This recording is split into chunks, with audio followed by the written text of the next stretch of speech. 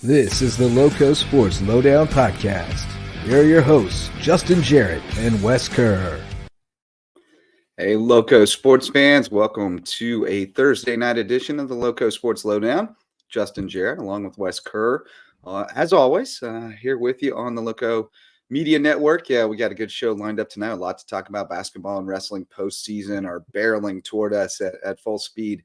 George Dixon, co-host of the Lowco Grind, is going to hop on and help us with a little wrestling update, talking about JP2's big win last night in the Warrior Coliseum, and set the stage for the high school dual playoffs, the high school league dual playoffs.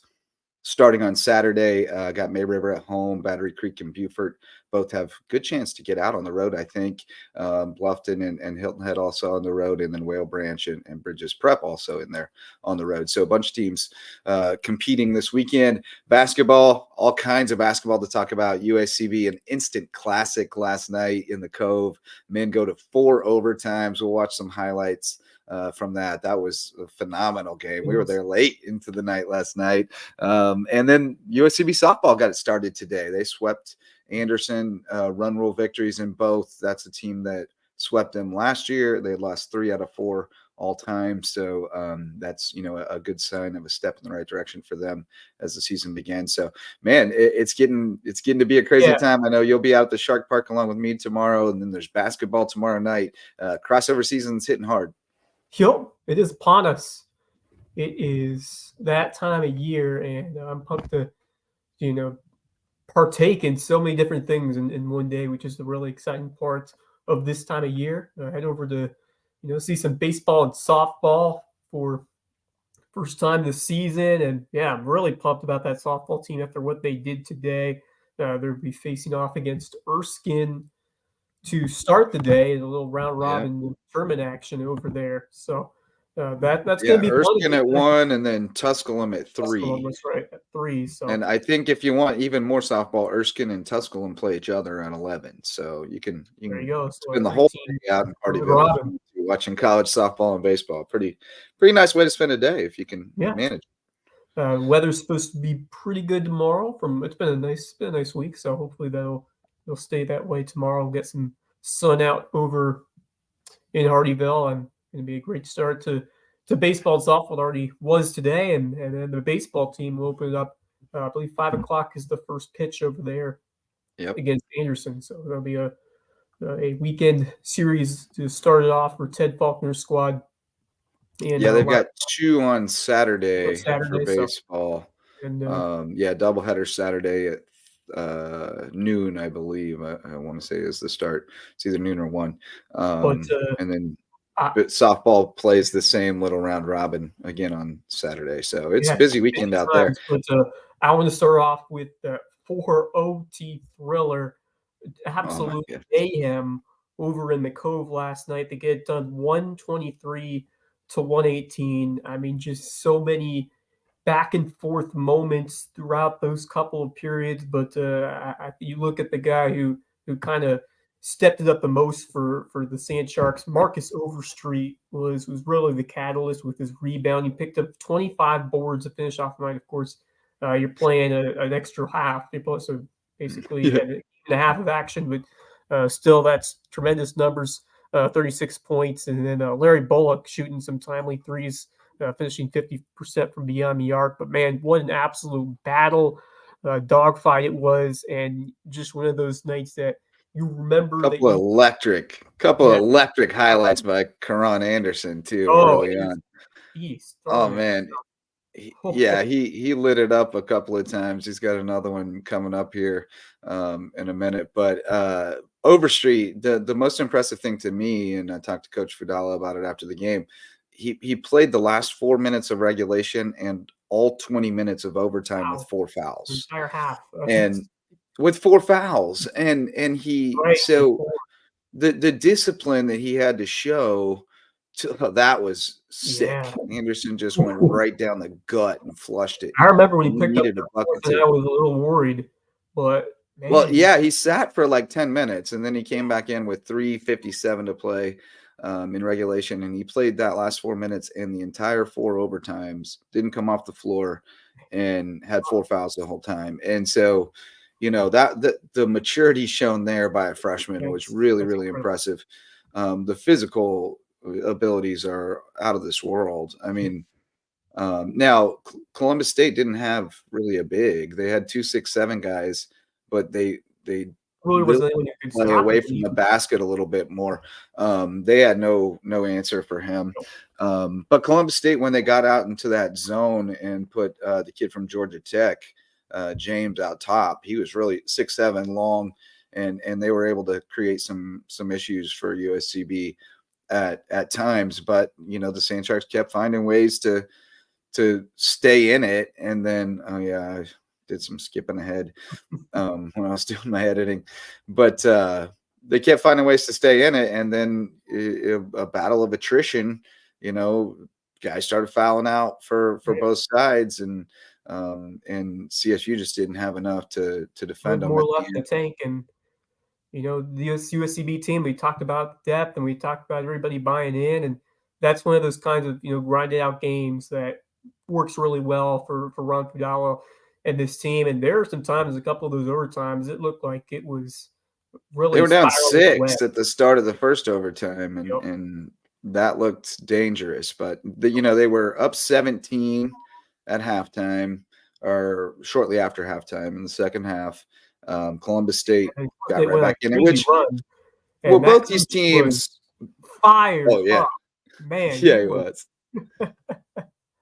Both teams, really they get a lot of offense off the defense, and so when they're not making shots, they can't set up the trap, the press, and then they give up easy baskets. So they were both prone to runs, and that's the way USCB plays all the time. So it makes it super exciting because no lead is safe, right? Yeah. Like you're up by 16, it doesn't matter. These teams have 3-point specialists and guys who can get down the floor and score and put up points. Like USCB at one point had a 3-minute drought, which is way out of their, that's You don't not see that normal for very them.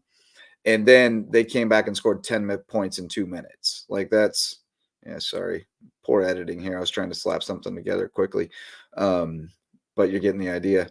But there is a point in here where we get to Marcus Overstreet just dominating inside. He's so good. There's a nice bucket by Larry Bullock. I love that kid. He's fun. He's got some swagger. Yeah. I love his mojo, his energy, his shooting. Tanaya Bowman leading the student Yep. section. Mighty Mouse. Love to see that. We'll check out the women's highlights a little bit later as well. They played tough against a good Columbus State team.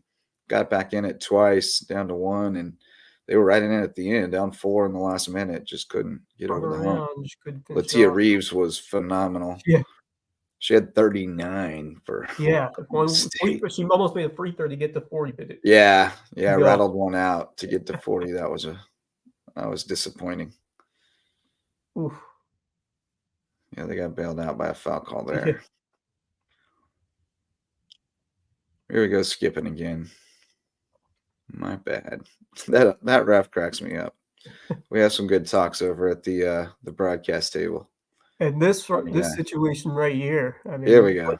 Bringing Overstreet to the line, they had a chance to. Yeah, we're skipping all over here.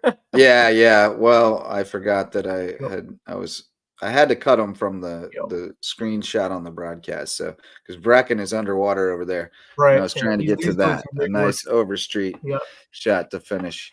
Yep. But Bracken he's all over the place right now with all the sports going. But no, Sand Sharks with a terrific win, and Fudala was fired up afterwards, and I told him, I was like, that's one of those games that Coach Basirko and I talked about. Nobody deserves to lose it, right? Like, and it's going to be a really painful loss for some because you feel like you were so close and you invested so much. But to get the win, it's like a mega boost because you put so much into it. So they're at home against Clayton State on Saturday. Should be another tough test. They lost up there. As I was looking at the standings, the bottom half, everybody's clustered together. There's no easy games. No, and even the teams that have poor records, you look at the point differentials and they're playing close games. So You're going to have to be on top of it. The only thing you worry about with USCB is fatigue coming off that 4 overtime game. But as hard as they practice, as hard as they get after it, I think they'll be fine. Their conditioning's pretty good. But let's shout out some sponsors, and then we'll get to our guest tonight, George Dixon, to talk a little wrestling.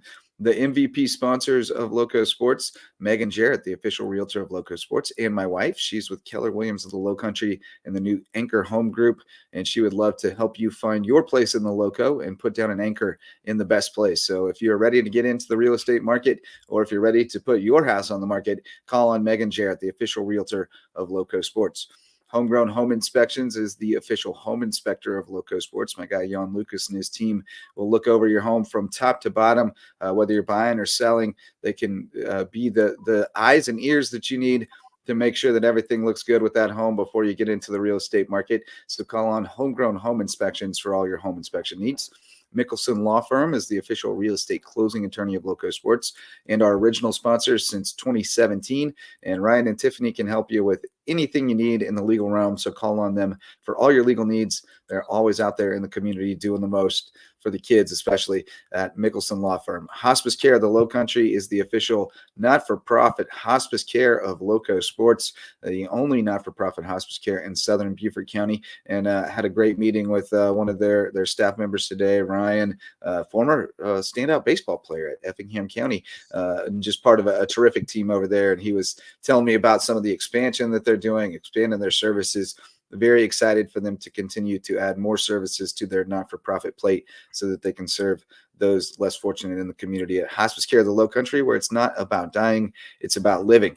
Those are our MVP sponsors. And now we're going to talk a little wrestling, a little cross promo for the Lowco Grind with Coach George Dixon. Coach, ref, you wear many hats, answer to many names, Mr. Dixon, but welcome back to the program. Good evening, guys. How are you? Doing all right, man. Doing well. Big week for wrestling, for us wrestling heads. The playoffs getting going, the dual playoffs. Did you have the match last night at JP2? Yes, sir. I was at JP2 last night. They had Heathwood Hall and Patrick Henry coming in. Yeah, so I know Heathwood Hall beat Patrick Henry, which only has a few kids. And then JP2 took care of business 48-30. So they'll go on to face Hammond in the semifinals on Friday, but you were there. So tell us more about the proceedings in the Warrior Coliseum, as Lons is calling it. Yeah, Coach Lons, he loves the Warrior Coliseum. The guys wrestled tough last night. Started out, that first duel was at 113. The second one started at 120. They didn't have a full lineup, Heathwood Hall. They were missing some guys. So I think they had 9 total, which, kind of cut it down a little bit. But well wrestled. Both teams were on point with the guys that were put on the mat. Wrestled tough.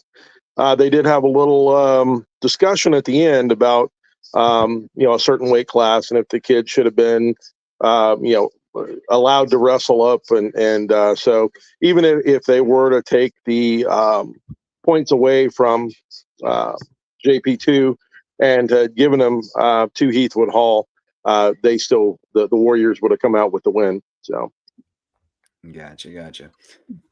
So no harm, no foul there. Have you seen Hammond this year? I know they're pretty strong. They are strong, but they're more up in the Columbia area. So I don't get up that way except for state tournament stuff, which will be next weekend with the state duels at Dreher High School. So we'll have to get through our playoff stuff this weekend. May River will be hosting. And and then if they win through, then they wrestle at home again on Monday. And I believe they keep that home advantage through Wednesday as well if they do win. That's a good question. I'll look that up, but go ahead, Wes. Yeah, it's that time of the year, crazy to think that postseason wrestling is getting underway on Saturday, but nothing better than those tools. They're really fun to watch in person and to see that the extra added excitement.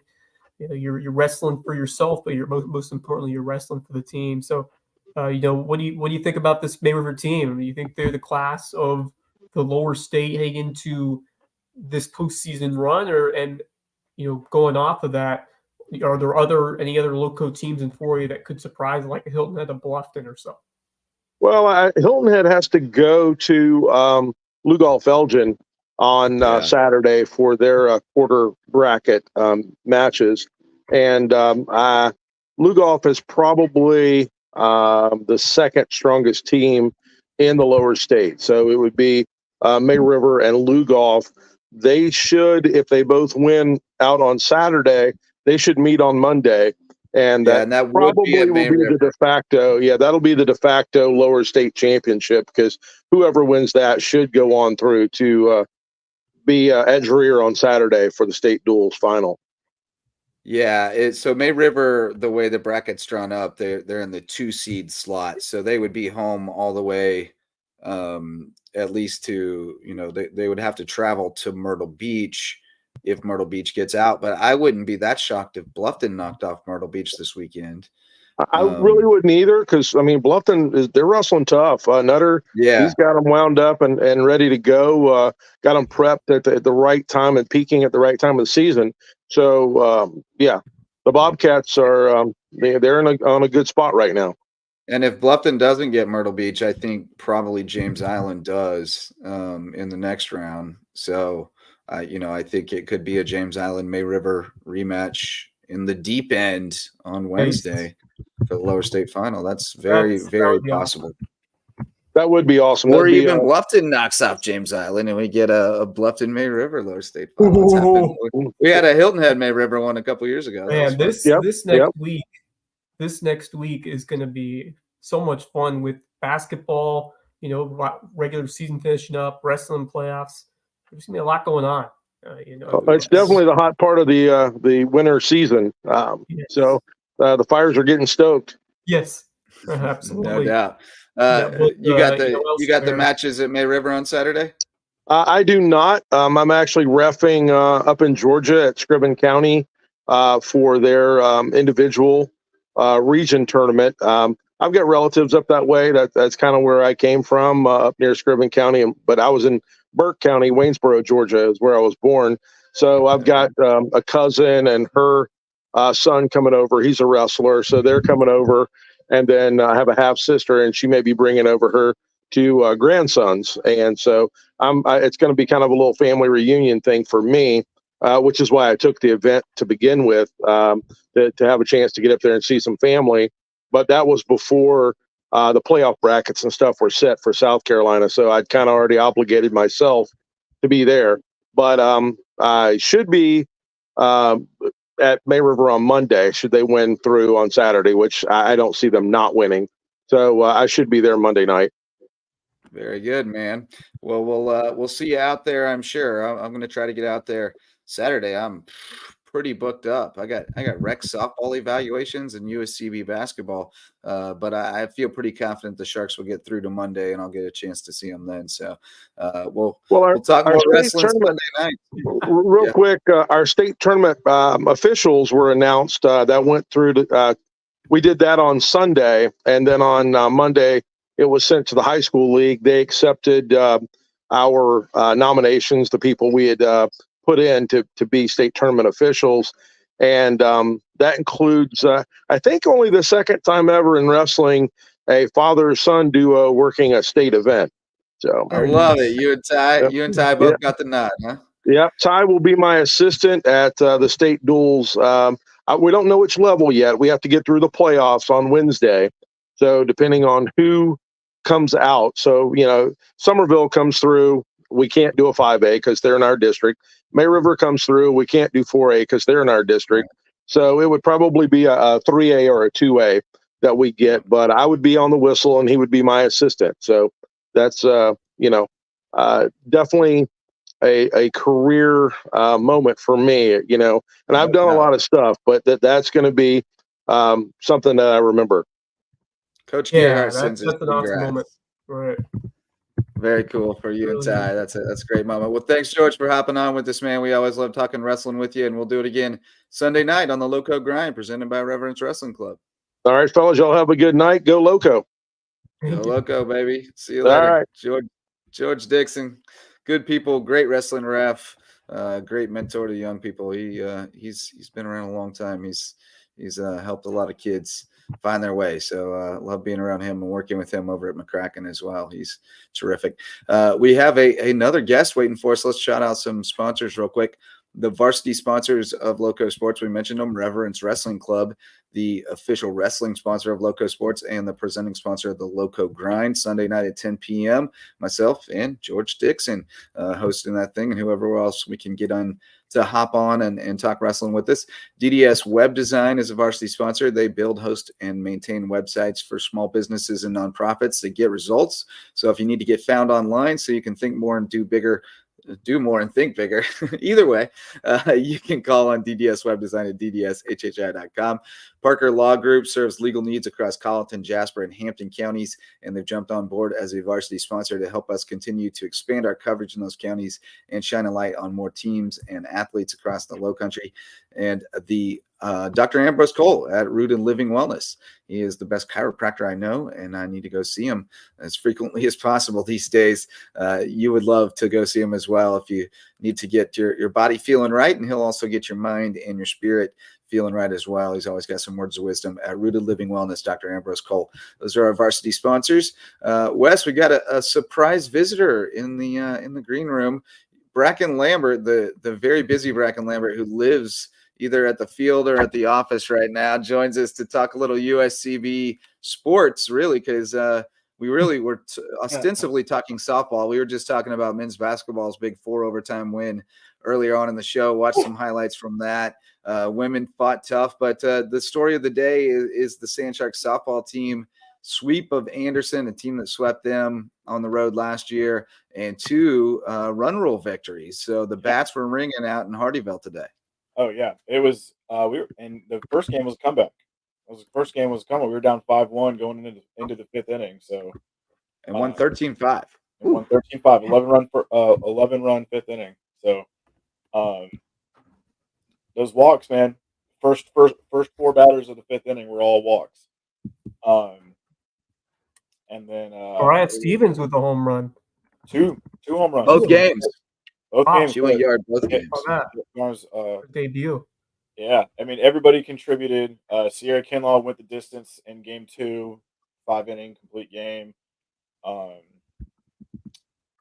9 strikeouts. I mean, that's something that I want to point out is that Sierra's slowly moving her way. It's like, I mean, it's going to be tough to catch Christy Cook unless somebody comes in and has a spectacular career from freshman, who has another career like Christy.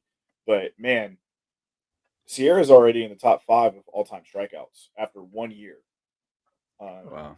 I spent the summer redoing the record book, and it was just like, dang, this is unreal. So good to see her. Couple other things that jumped out to me, and I want to hear more about these players. Jaden Goodwin had a terrific day, top of the order, middle infielder. She started at short in game 1, second in game 2. Game 1, 2 for 2 with 2 doubles and 2 walks. Game 2, 3 for 3 with a triple and 3 runs. And then Mackenzie Ford drove in 3 runs in game 1, went yard in game 2.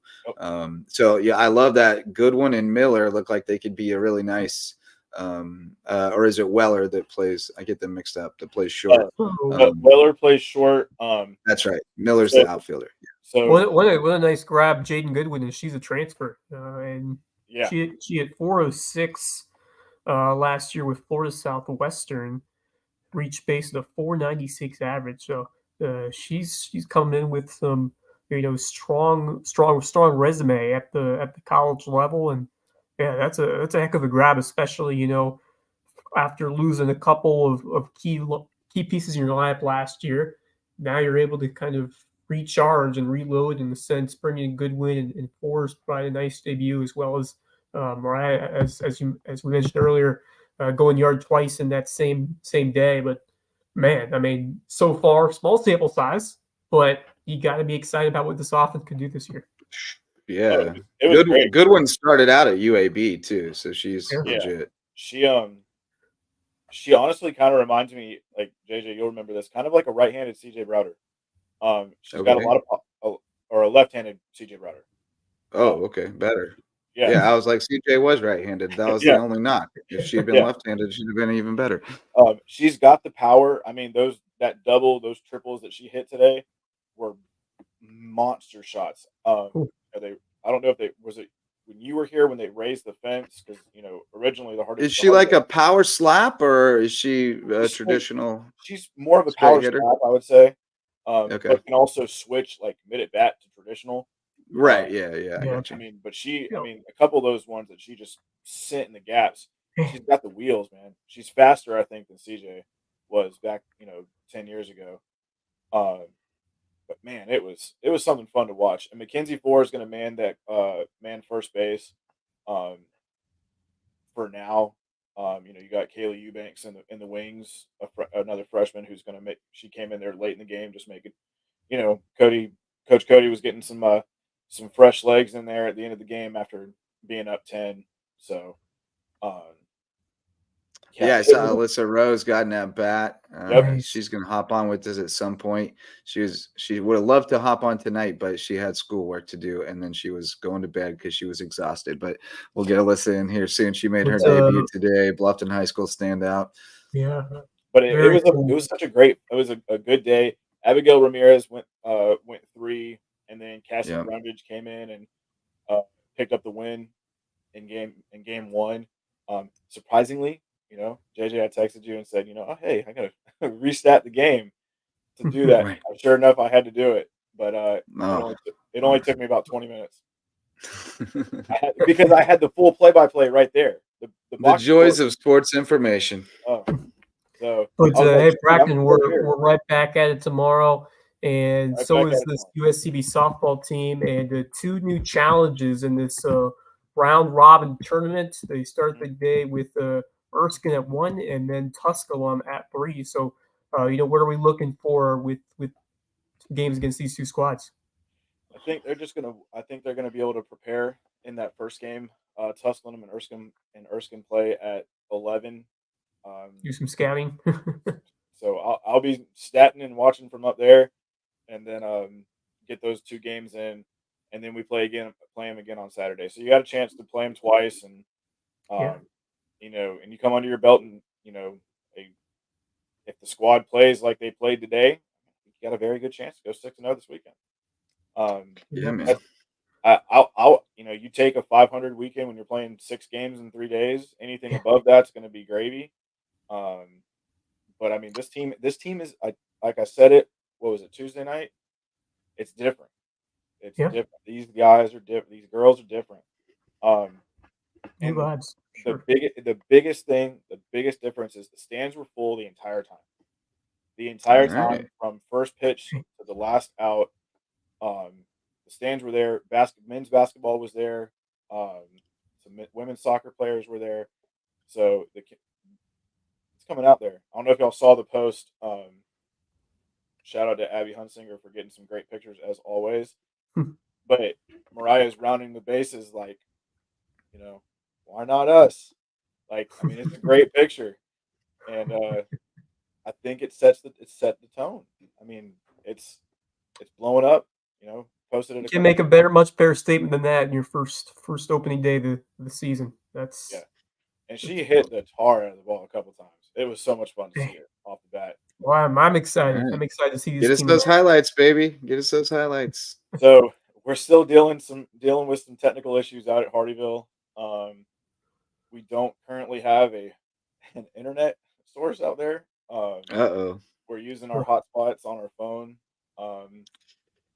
And it worked for one game, and we got one camera, but it wasn't great. But we got it. We're gonna work on it for tomorrow. You're giving me PTSD. You're giving me PTSD. At least we had a hard wire back then, or we had something. Well, it was always touch and go on opening day, though. Yeah. So it's a work in progress. We should have a full solution by next week, for all of our future broadcasts. So, definitely give us a little bit of PTSD. Music has always been an issue out there, trying to get everything sounding right, and but it is what it is. We're gonna do what we got to do, and hey, at the There's end of the so day, many moving parts, man. Opening day of any season is just anxiety. It's just Yeah. anxiety. That's all it is. But So you much know what? We anxiety. walked out with 2 wins, and that's the way we Yep. got Yeah. to. That's the goal. Absolutely. Yeah, it's a great day. That's the thing. When you walk Yeah. out of there, it's all over. 2 It's dubs, behind yeah. you.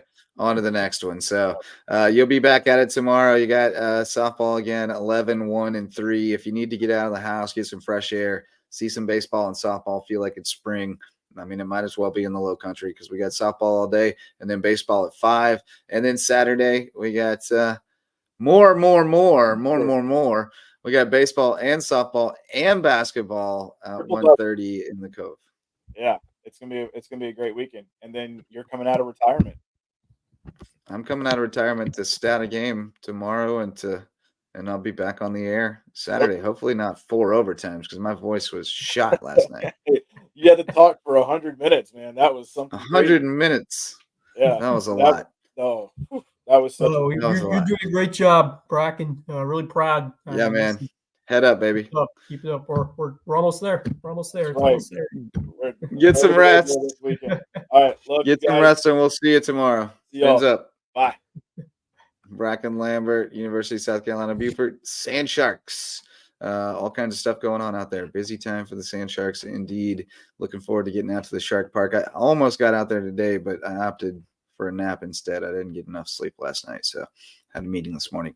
But big start for softball, 13-5 in 6 innings in game 1. Mariah Stevens a homer, McKenzie 4-3 RBIs, Jaden Goodwin 2 for 2, 2 doubles, 2 walks. Game 2, 13-2 in 5 innings. Ford and Stevens both went deep. Goodwin was 3 for 3 with a triple and 3 runs. Darren Miller 3 for 4 with a double.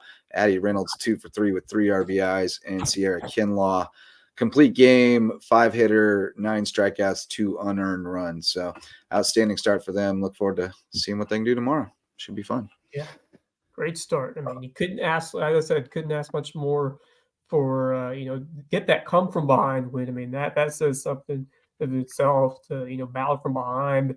In that very first game, and then keep it going in game 2. So all those new faces, putting in some solid outings in those first 2 ball games. So a lot to like, and I'm pumped to get out there and watch some Sand Sharks softball and baseball. We haven't really talked about them, but that much. But they're in action to start off, and we could see a potential local flair in that. Yeah, we're here, and Josh Patterson, former May River star, could be the game 1 starter for the Sand Sharks, the big fella who also is the star of the student section often at the basketball game. So we'll be missing him on Saturday, but no, that would be terrific. That'd be really cool if JP gets that chance. He's been a journeyman sort of. He went to Florence Darlington and then came back here and trying to find his role there. And I think he's going to get to hit too, this season. So he's excited to keep playing ball. He's just such a fun kid to be around. He's awesome. But let's talk a little more hoops. So I've got your highlights from Hilton Head Christian and Hilton Head Prep the other night that we can check out. We did talk about it a good bit on the hoops report. Maya Hutchinson had another big game. Maya and Morgan Scott were both honored for their 1,000 points, which happened much earlier. I think Morgan's was in November, and I'm pretty sure Maya had 1,000 at Estill, and then she just got 1,000 at Hilton Head Christian. So she's already done it 2 places, which is pretty unreal. And then the guys' game was the big one of the night. And so this was an interesting game. Yeah. So Hilton Head Prep got up 2-0, right? And then Hilton Head Christian held the ball. They held the ball for about majority of the end of that quarter. And then they decided to call timeout and actually start playing. But they hung around, and mostly because of the strong shooting from Skinner and a couple of others on that team. But this was still in doubt. This was a ball game until really the 4th quarter when Prep just took over and Christian Academy went cold. But yeah, it's like I said, you never really know what you're going to get from this Hilton Head Christian Academy team. They can be erratic at times if you're not hitting their shots, and sometimes I feel like They are not getting the best from the offense that they have, but there's still they still got a ton of talent on that team, and they're a tough squad to go up and match up it with, because especially at home, especially in this arena, this gym. But man, once again, Jason Britchie doing his thing, because he has been quite the big man, quite the inside presence for this Hilton Head Prep Dolphin squad. Yeah, he's just a force. I mean, he's really disciplined. He doesn't, make silly fouls. He plays just really tough defense. On offense, he doesn't do anything real flashy, but he has great footwork around the basket. He's great in the high post. He passes really well out of the high post.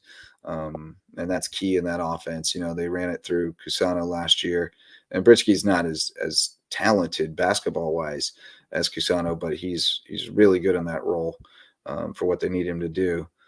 And, they're just fundamentally so good. Coaching is terrific.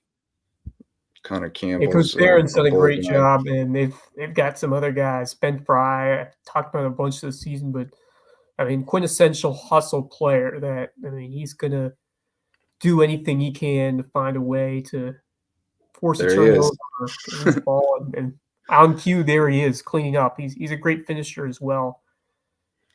But he's a great offensive rebounder because he doesn't rebound well because of his height, because he's not tall. He rebounds well because he anticipates well and he goes hard to the ball.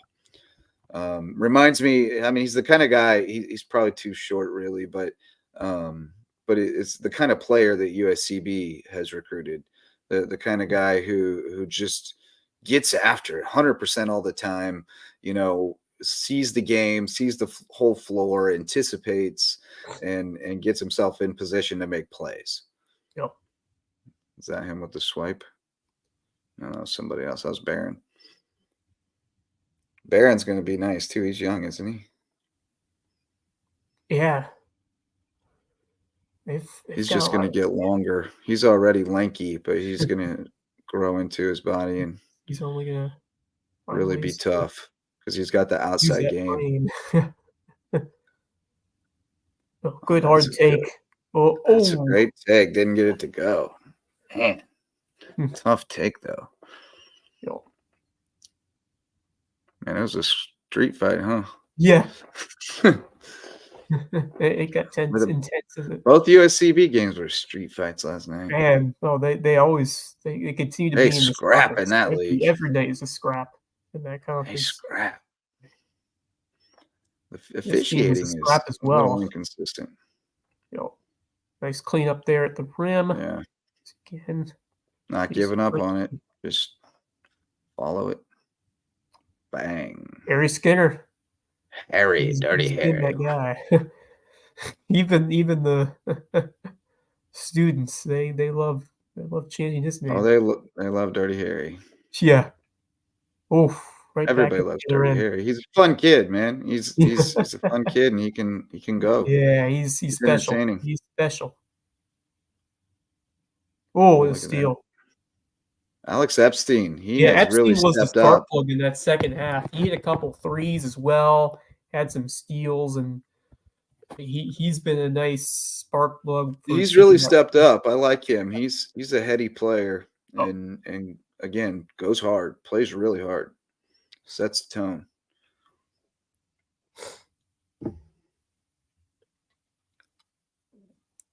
Hard work on the glass once again.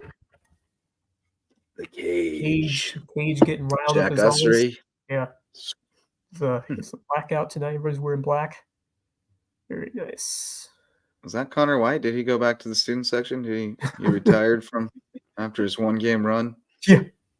As a sub back from the school musical? Yeah. But yeah, you can see in this fourth quarter, Prep really starting to take over on the boards, finishing close, and Hilton and Chris kind of went dry those last few minutes, and that was pretty much it. But yeah, so that was pretty much what done it. To quote the great Roger Wilson. But yeah, so that's a region championship for Prep because they have 3 wins. They only have to play one more. JP2's already lost twice. They've swept Christian Academy, so they're going to be the region champions. And I gotta think they're the front runners in Class 3A as well at this point. Yeah, I think so too. I mean, I don't know that much about the rest of the state in Skeeza, but they're going to be tough to beat. I mean, especially in a tournament format, because by the time you know you're playing them, you don't have very long to prepare for them, and they're tough to prepare for. I mean, Hilton and Christian knows exactly what they're getting. They've seen it, 5 times now in the past 2 years, and they still can't solve it. So it's not easy. It's not an easy task to find a way to attack that and to be able to just out execute them for 32 minutes is really tough to do. So I like Prep's chances to make another run. I do think if anybody's got a good shot at beating them, it's Hilton Christian. Again, they've seen them 5 times in the past 2 years. They've been close. If anybody's going to find a way, and they've got the right guys. Yeah, they've got the right guys. There's a formula there that Hilton Christian, obviously, we may get a rematch. Yeah, hard to be. We talk about how hard it is to be a team 3 times in 1 year, and it's highly possible. Another hoops shout out: Kayvon Chisholm last night went over 1,000 career points. He just committed to. We missed a dunk there. But Kayvon just committed to play football at South Carolina State. He could probably play basketball there too if he wanted to. I mean, he'd be an undersized big in that league. But he could have played on that Columbus State team last night. And that's a middle of the pack Peach Belt squad.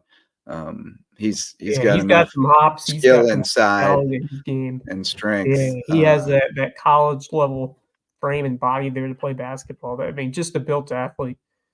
He was so fun to watch on the football field this year and down there at the line on the defensive side. Jeez, just absolute warrior that's going to go hard every snap and so fun to watch. Well, and it was really rewarding today because Coach Hannah over at Hampton County sent out an email to his listserv congratulating him and announcing that he'd scored his 1,000 career points. And the responses from some of the teachers and people on the thread, it was just really cool. A pleasure to have come across his path. Very humble, well-mannered, and intellectual. I can't wait to see what the future has for him. A joy to have in my classroom. Very well-rounded, intelligent young man. He'll soar high in his future, and I look forward to seeing him in the highlights. I mean, and everybody had the same things to say, which all checks out with everything we've seen, getting to know him over the years, the last couple of years, and just an awesome kid, and can't wait to see what he and all those kids from Hampton some of these kids along the years who are, they find ways to make themselves even more, special by the way they work hard, the demeanor in which they carry themselves with that swagger, with that positive attitude. Those are the kinds of young men and women that we love to cover, we love to interview, with that open, energized personality, that love of passion for what they do, for academics. And this guy really carries that for a community that has been so vibrant and so loving of these players. And just the whole formula was there, and he was such a special part of what makes this program tick, and not just football but basketball as well. I mean, chain back to Estill and the Estill run last year. That was so much fun to see what that Estill basketball program and football too, but especially what that hoops team did in the final year. Taking it to that lower state championship. They took it to the lower state finals. Yeah. And they just had a flat day that day. They just couldn't get it going that day against a good team. Really fun. But man, they were so much fun. I haven't had more fun covering a team than that one. That playoff run was just so much fun. I love those folks out there. So they got 2 wins last night. The girls won 56-43 over Ridgeland Hardyville. Boys won 52-40. So Hampton boys are still undefeated in region. They can clinch the region with a win at Woodland on Friday. Hampton girls and Woodland each have 1 loss. Hamptons was to Woodland. So they only have them and Barnwell left. So I think if they win at Woodland, Barnwell's is winless in the region. So they should both win region crowns if they can knock off Woodland, which that was kind of an upset when Woodland beat them. So I wouldn't be surprised if they pull it off this time. But going really well out there for them. Cross girls rolled last night against Charleston Collegiate, won by 30. Boys lost by 28. And then on the high school side tonight, Patrick Henry beat Dorchester 59-42. The girls, Lillian Lucas, 28 points, 11 rebounds, and 8 steals. She had 30 last game, I believe. Stricklander said this season. Yeah, she's been lighting it up. Yeah. Lillian had 30 last week against Hayward, so she's averaging 29. Watch out for this Patrick Henry girls team in 1A. That's going to be a tough team to face, especially if Lillian continues to play at that level. I don't think they can beat Cross, but yeah, that's but they're right up there. Yeah. Cross is, but Bridges girls got a win tonight too, 41-15 over Branchville. Branchville, it looks like, forfeited the boys game to Bridges. Patrick Henry boys won 70-55 over Dorchester. Rowan Croft had 20 points, 7 rebounds, and 8 assists. Nice night. Forest Ferry 15 points and 7 boards. Hugh Ferry 13 points. Davion Glover 10 points. So the Patrick Henry boys, they got punched by Bethesda the other night, but I think they're a contender in 1A. And then I was trying to get a final from Hayward and Bethesda tonight. Just some other notes throughout the week. Jarrett Gordon, the former Thomas Hayward star on that football team, committed to UNC Pembroke to continue his career. He was a former Erskine Flying Fleet. So I'm not sure if I remember if he was there when I was covering him, but Thomas Hayward, they've turned out some strong college prospects, and really cool to see him still getting at it over there on the football field and finding some more opportunities to play. So excited. Yeah, he graduated from Erskine, so graduate transfer going into UNC Pembroke, where Abby Peduzzi plays the volleyball. Yeah. Oh. So small world. Another amazing young woman. Athlete. She's tremendous. Terrific. And then Dorel DePass committing most recently to Limestone over there from Beaufort High. So what a tremendous member he was of that high-flying equal defense, strong year, and now gets to keep it going over there as a Limestone Saint. So and he's a guy that physically he's got the tools to develop into a higher level talent. So, I think that's a good spot for him at Limestone, and I think he's got the potential, with some development in 2 or 3 or 4 years to jump in the portal potentially and do a graduate transfer thing at a D1 or something and have a chance to keep playing. Because you can't coach the height and the frame and the speed and so he's got all that, and I think he's just a little raw.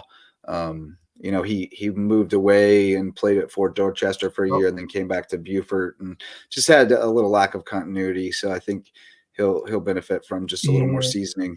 But that's a good spot for him. Talent's definitely there inside him for him to do something special. And I've always liked. Certainly he's been through some tumultuous periods in his high school career, but you can see the potential for what he can do, and that height is everything. You can't teach that if you're able to, use that to your advantage and break up some passes and combine that with your. Are they taking him on defense? I thought he was a receiver primarily. Daryl was a DB, but Darrell was defensive back. So 6'4", 6'4", 6'4" receiver. Yeah.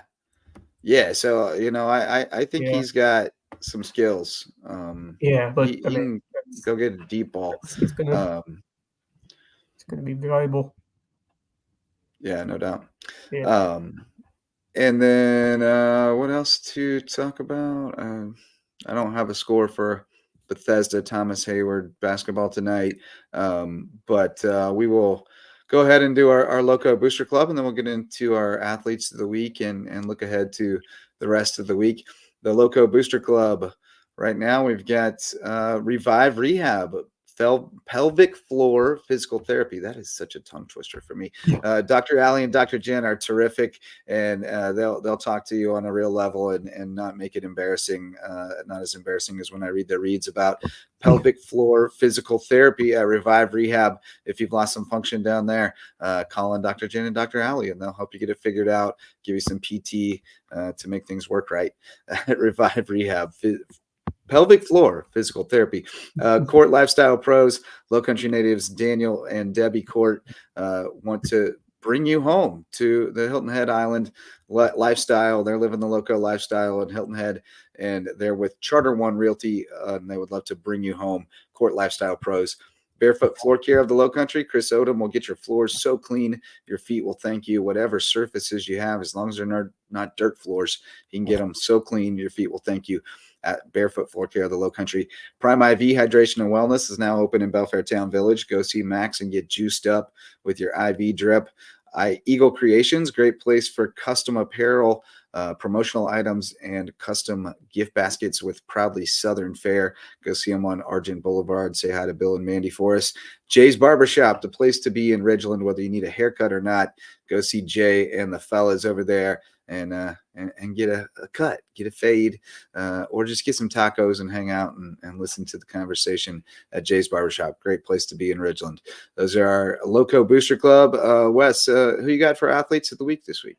Oh, I got a lot to choose from. I'm going to choose a couple Yes, you do. on the girls and boys sides of things. For my girls, I'm going to start with Mariah Stevens, going yard twice in a 2-game doubleheader set against Anderson. What a way to make her debut.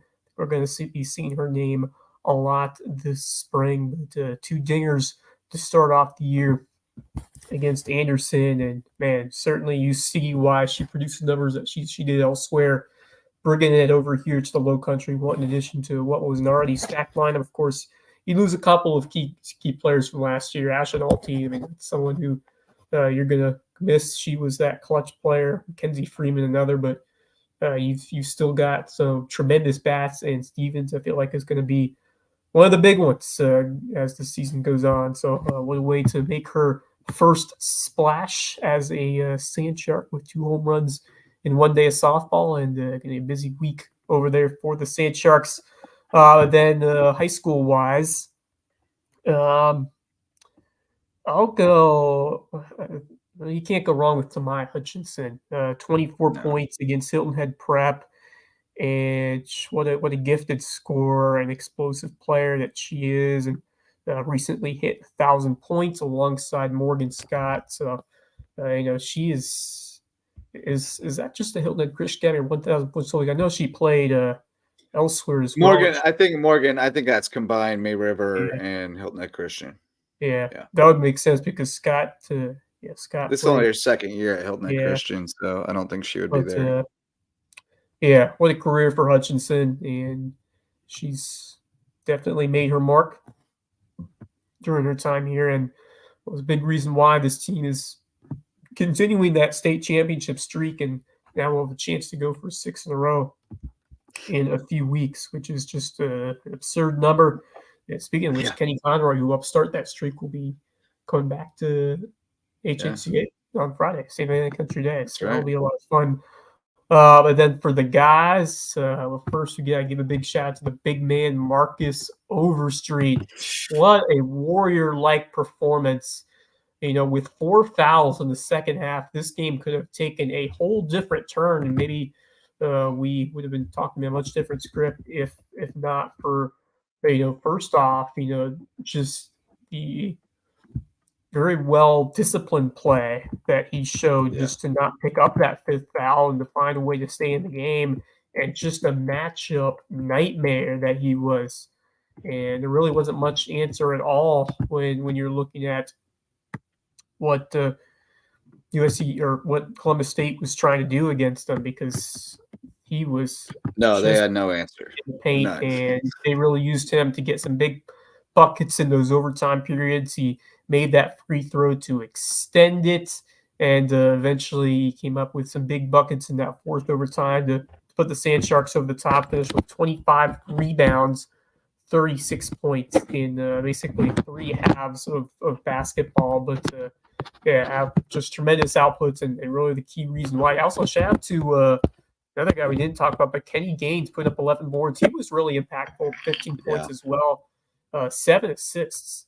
What a really productive game that Kenny Gaines had, playing a bunch of minutes, and high energy guy. He had to stuff in those quick legs deep into those overtime periods. I was really impressed by him. So I definitely wanted to give a shout out to Kenny Gaines because he was really noticeable out there for Ron Fudala's squad. So big props to him. And on the other side, I'm trying to see stats for another guy. I'm gonna go Rowan Croft with 27 boards, 8 assists for Patrick Henry. Just to find some more stats, and I'll go Ben Fry as well, because he was the most impactful guy out there. Even though, of course, we talk all about Bridge, but Fry, once again, he was a difference maker in that Hilton Head Christian Academy game. Just absolute incredible slicer to the basket, and man, the energy he plays with, and the will, the want. We've said it before, but it's just mind-boggling how much that he's improved as a player from the days at Buford Academy. Just a completely Trust more the process. in the court. That's how it's supposed to work. I mean, you're supposed to grow into it, right? Like and Yep. learn as you go and get better and better. He finished with 10 points, 11 rebounds, 3 assists, and 3 steals. No turnovers. Wow. I mean, that's Yeah. in the high school basketball, and they only had 7 turnovers, and he's the guy that it runs through, and so he gets a lot of the credit for that. Although, I mean, they all take credit for that because they all touch the ball a lot. And they take care of the ball. That's a big part of why they're so good. You can't run that offense and not take care of the ball and be effective, because you got to take care of it. That's the whole point. But he's the straw that stirs the drink, as they say. There you go. I think so. For my athletes of the week, I'll go. You took some good ones there. I'll go a little off the radar with my girls, and go with some wrestlers. I'm always trying to give love to the female wrestlers, and it was a big week for women's wrestling in the Loco. Vivian Ariola, 127-pounder from May River, and Jada Lawrence, 147 from Bluffton, both won their weight classes at the high school league girls state. Lower state qualifiers, so they'll go into the state tournament.